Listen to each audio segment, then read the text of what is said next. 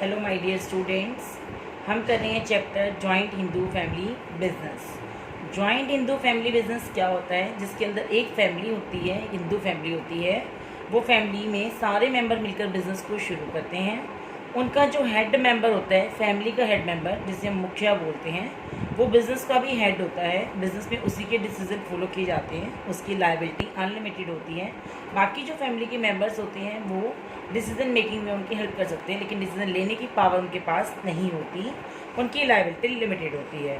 तो आज हम चैप्टर कर रहे हैं joint Hindu family business. Joint Hindu family business is the group of person whose ancestor is the same, जिनका जो हेड होता है वो सेम होता है। इसके अंदर जितनी भी फैमिलीज़ के अंदर अनमैरिड डॉटर्स होती हैं या वाइफ्स होती हैं वो भी इंक्लूडेड होती हैं। अनमैरिड डॉटर्स एंड वाइफ्स वो भी इंक्लूडेड होती हैं। और ऑर्गेनाइजेशन जो होता है वो joint Hindu family based. 2 facts होते हैं उसके अंदर। फर्स्ट होता है बेटा कॉर्पोरेंसी। कॉर्पोरेंसी मीन्स होता है जिसमें कॉमन ऑनरशिप होती है एक्सटर्नल प्रॉपर्टी में। हेड की जो भी प्रॉपर्टी होती है, हमारी फैमिली का हेड जो है उसकी जितनी भी प्रॉपर्टी होती है उसमें सबकी कॉमन ऑनरशिप होती है। कॉर्पोरेंसीज जो होती हैं वो लॉ के थ्रू काम करती हैं और इसके बीच में कोई कॉन्ट्रैक्ट नहीं होता। कोई भी इंडिविजुअल पर्सन अपने फादर की प्रॉपर्टी में बाय बर्थ प्रॉपर्टी में हिस्सा ले सकता है। जैसे हमारी फैमिली में 10 मेंबर्स हैं और हमारी 100 एकड़ ज़मीन है। अगर हमारी फैमिली में कोई बेबी हो जाता है तो वो भी उस प्रॉपर्टी का 100 करोड़ प्रॉपर्टी का बाय बर्थ ही मेंबर बन जाएगा। वो बाद में केस करके किसी भी रीज़न से अपना हिस्सा ले सकता है। That is coparcenary. That person is known, जो हिस्सा लेता है वो कॉर्पोरेंसर होता है। Individual can also ask for division of the external property. तो कोई भी आदमी बाय बर्थ अपने हड्डी की प्रॉपर्टी में अगर हिस्सा ले सकता है, दैट इज कॉर्पोरेंसी। सेकेंड पॉइंट है हमारा बेटा कॉमन प्रॉपर्टी। कॉमन प्रॉपर्टी क्या होती है? Undivided Hindu family on family possesses a property that is used for the welfare of all the members of the family. इसके अंदर आपको बाय बर्थ हिस्सा नहीं मिलता। जो हेड ऑफ द फैमिली होती है उसकी जो प्रॉपर्टी होती है उस प्रॉपर्टी को वो अपनी फैमिली की वेलफेयर के लिए यूज़ कर सकता है।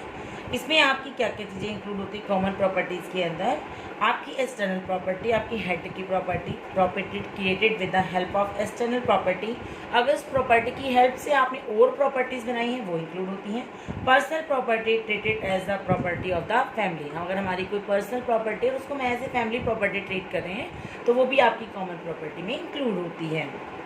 नेक्स्ट है बेटा हमारा स्कूल ऑफ हिंदू लॉ। हमने पहले ही पढ़ा है।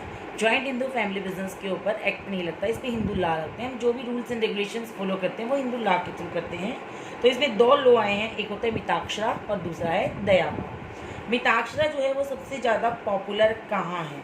वो सारे देश में पॉपुलर है। सिर्फ 3 प्लेस ऐसे हैं जहाँ मिताक्षरा को फॉलो नहीं किया जाता। उन प्लेस पे आप क्या फॉलो करते हो? दयाबाग फॉलो करते हो। तो कौन से 3 प्लेस हैं? वो आपके आसाम, उड़ीसा एंड बंगाल। आसाम, बंगाल और उड़ीसा के कुछ पार्ट्स ऐसे हैं जहां आप मिताक्षरा को फॉलो नहीं करते, दयाबाग को फॉलो करते हो। मिताक्षरा क्या कहता था कि moment of a son born, अगर किसी के घर में कोई बेटा पैदा हो जाता है तो उसका अपने फादर की प्रॉपर्टी में इक्वल राइट होता है। जैसे ही वो अडल्ट होगा, 18 ईयर्स का होगा, वो अपने फादर से उसकी प्रॉपर्टी में से डिवीज़न ले सकता है। And interest of members are always uncertain because change in inevitable with every birth and death in the family. जैसे ही कोई बच्चा घर में पैदा होता है तो उसका शेयर बन जाता है प्रॉपर्टी में, और जैसे ही किसी की डेथ होती है उसका शेयर बिजनेस पार्ट प्रॉपर्टी से चला जाता है। तो मिताक्षरा जिसमें जैसे ही बच्चा घर में पैदा होता है उसके फादर की प्रॉपर्टी में इक्वल राइट होता है, वो अडल्ट होने के बाद केस करके किसी भी रीज़न से प्रॉपर्टी में हिस्सा ले सकता है। मिताक्षरा था।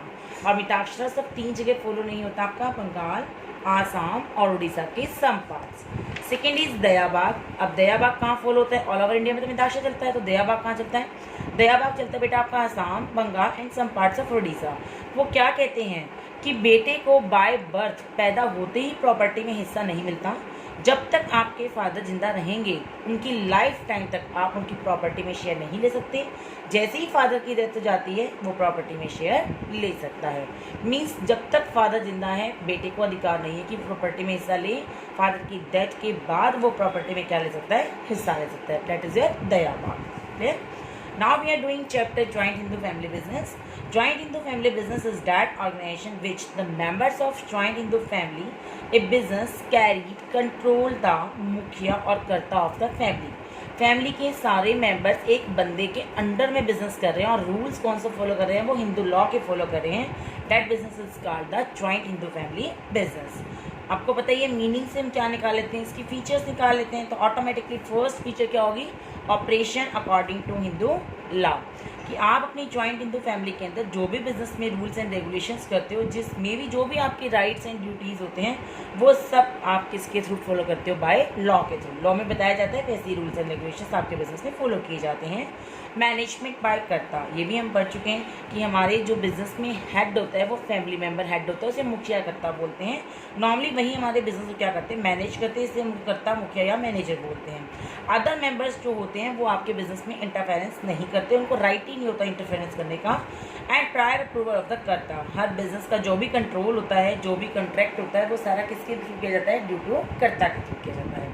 Limited liability, joint Hindu family business के अंदर जो आपका हेड ऑफ द मेंबर होता है, मुखिया होता है, उसकी लायबिलिटी अनलिमिटेड होती है, और बाकी जितने भी फैमिली के मेंबर्स होते हैं उनकी लायबिलिटी हमेशा लिमिटेड होती है। इंपॉर्टेंट फैक्ट क्या है यहाँ कि joint Hindu family business responsibility of karta unlimited and is personal property is also responsible to discharge the business responsibility. Business में कोई भी लॉस होता है तो वो अपनी पर्सनल प्रॉपर्टी से लॉस को कवर कर सकता है। कौन, head of the family member. Permanent existence होती है जॉइंट हिंदू फैमिली के अंदर, एग्जिस्टेंस परमानेंट होती है, क्योंकि अगर फादर की डेथ होती है तो उस बिजनेस को कौन कैरी कर लेता है, बेटा कैरी कर लेता है, तो इंसॉल्वेंसी वगैरह का कोई चांस होता नहीं, तो बिजनेस कंटिन्यू मूव कर जाता है। मेंबरशिप बाय बर्थ, ये हम पढ़ ही चुके हैं कि कोई भी चाइल्ड अगर आपके घर में पैदा हो रहा है तो उसका अपने फादर की प्रॉपर्टी में तभी से राइट बन जाता है, ऑटोमेटिकली वो बिजनेस का मेंबर बन जाता है। ओनली मेल मेंबर्स, इसकी सबसे बड़ी फीचर क्या है कि जॉइंट हिंदू फैमिली के अंदर ओनली मेल मेंबर्स होते हैं। According to Hindu section 1956, women after the death of her husband and in the absence of male successor can be the coparcener of the family. Joint Hindu family के अंदर जो wife होती है वो अपने हस्बैंड की डेथ के बाद ही मेंबर कंसीडर की जाती है। Registration, no need of registration, क्योंकि हम हिंदू लॉ को फॉलो करते हैं तो लॉ के ही सारे रूल्स एंड रेगुलेशंस होते हैं, वहीं आपकी सारी लीगल फॉर्मेलिटीज़ पूरी की जाती हैं। नेक्स्ट टॉपिक है बेटा हमारा merits of joint Hindu family business. फ़ायदे क्या हैं इसके, सबसे पहला बिजनेस को स्टार्ट करना इजी है, क्योंकि हमें बहुत ज़्यादा लीगल फॉर्मेलिटीज़ पूरी नहीं करनी पड़ती, तो इसकी एस्टेब्लिशमेंट इजी होती है। सिक्रेसी रहती है, क्योंकि जितने भी आपके डिसीजंस होते हैं, जो भी आपकी कोई रिस्क कवर करनी है, कुछ भी बिजनेस में हो रहा है, किसी तरह से मैनेज कर रहा है, वो सब head of the family member के हाथ में होता है। वो दूसरे बंदों से सब जस्ट एडवाइस देता है, लेकिन उनको इंटरफेरेंस करने का कोई राइट नहीं होता। तो बिजनेस की सारी जितनी भी इंपॉर्टेंट इन्फॉर्मेशन रहती है वो उस हेड के पास सीक्रेट रहती है। Direct contact with customer, joint Hindu family business का अपने कस्टमर से डायरेक्ट कॉन्टैक्ट होता है, तो डायरेक्ट कॉन्टैक्ट होने की वजह से उनको अपने कस्टमर की कंप्लीट इन्फॉर्मेशन भी रहती है, उनको पता होता है उनका एटीट्यूड कैसा है बिजनेस के लिए, वो किस तरह का फैशन प्रोडक्ट चाहते हैं, इसलिए वो फ्यूचर की प्लानिंग में आपकी हेल्प करते हैं। Prompt decision, head of the family business को मैनेज करता है, सारी पावर है उसके बाद, वो टेक डिसीजन ले सकता है, तो उसको किसी से कंसल्ट करने की ज़रूरत नहीं होती। अगर कोई प्रॉब्लम आती है किसी टॉपिक पे उसको डिसीजन लेना होता है तो वो इमीडिएटली डिसीजन ले सकता है।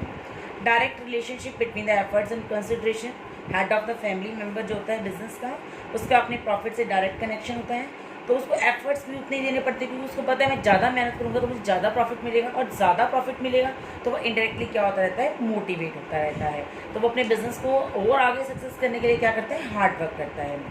Advantage of inheritable quality, joint Hindu family business के अंदर business generation to generation hand over किया जाता है, फादर की डेथ के बाद बेटा संभालता है, बेटे की डेथ के बाद उसका बेटा संभालता है, तो इसमें जितनी भी क्वालिटीज़ होती हैं वो सारी इनहेरिटेबल होती हैं, सारी old techniques, old systems, old traditions को फॉलो किया जाता है, जिसका बेनिफिट क्या होता है, आपके एस्ट्रल की रेपुटेशन का फ़ायदा हो जाता है।